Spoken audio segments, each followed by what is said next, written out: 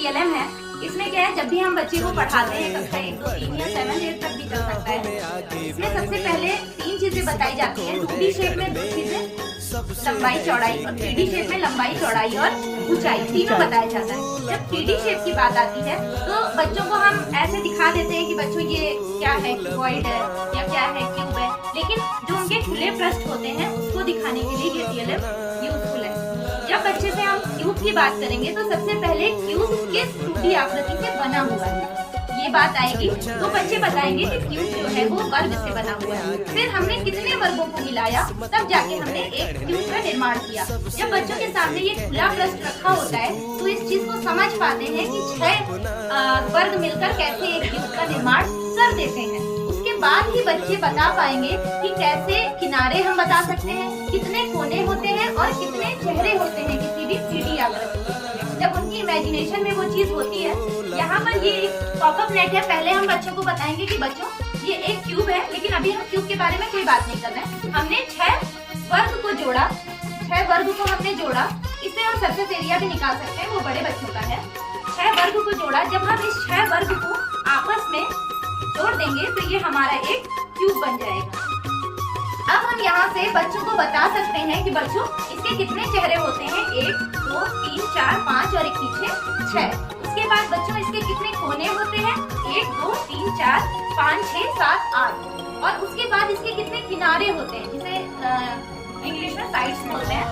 1, 2, 3, 4, 5, 6, 7, 8 की लंबाई चौड़ाई के हो गए और ऊंचाई के 4 साइड, कुल मिला के 12 साइड्स हो जाते हैं। तो ये बच्चे की इमेजिनेशन में पूरी तरह से बैठ जाता है। इसके अलावा छोटे बच्चों में एक शेप और है क्यूबॉइड का। क्यूब में तो इतनी प्रॉब्लम नहीं होती है क्योंकि सारे फेसेस उसके बराबर होते हैं, पूरा वर्ग से ही बना होता है। लेकिन जब बात क्यूबॉइड की आ जाती है तो यहाँ पर हम बच्चे ये चीज समझ पाएंगे कि हमारा जो क्यूबॉइड होता है वो हमारा 4 आयत और 2 वर्ग से मिलकर बना होता है। तब वो सरफेस एरिया, वॉल्यूम या किसी भी चीज को निकाल सकते हैं आसानी से।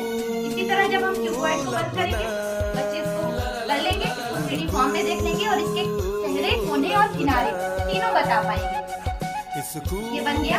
इसके अलावा प्रिज्म छोटे बच्चों में भी है, बड़े बच्चों में भी है। कि प्रिज्म में आखिर क्या मिलकर प्रिज्म बना। बच्चों को इसकी अवधारणा नहीं होती, वो शेप पहचानते हैं, नो डाउट।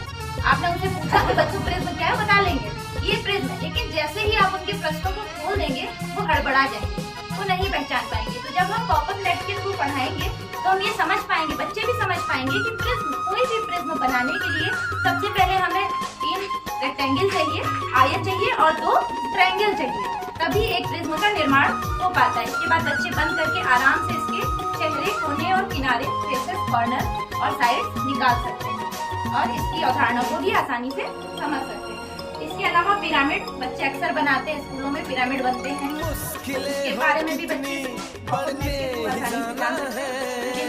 इसमें हमने 4 ट्रायंगल का यूज किया है। पिरामिड बनाने के लिए हमने 4 ट्रायंगल का यूज किया है। जब इसको हमने बंद कर दिया तो ये पिरामिड बन गया।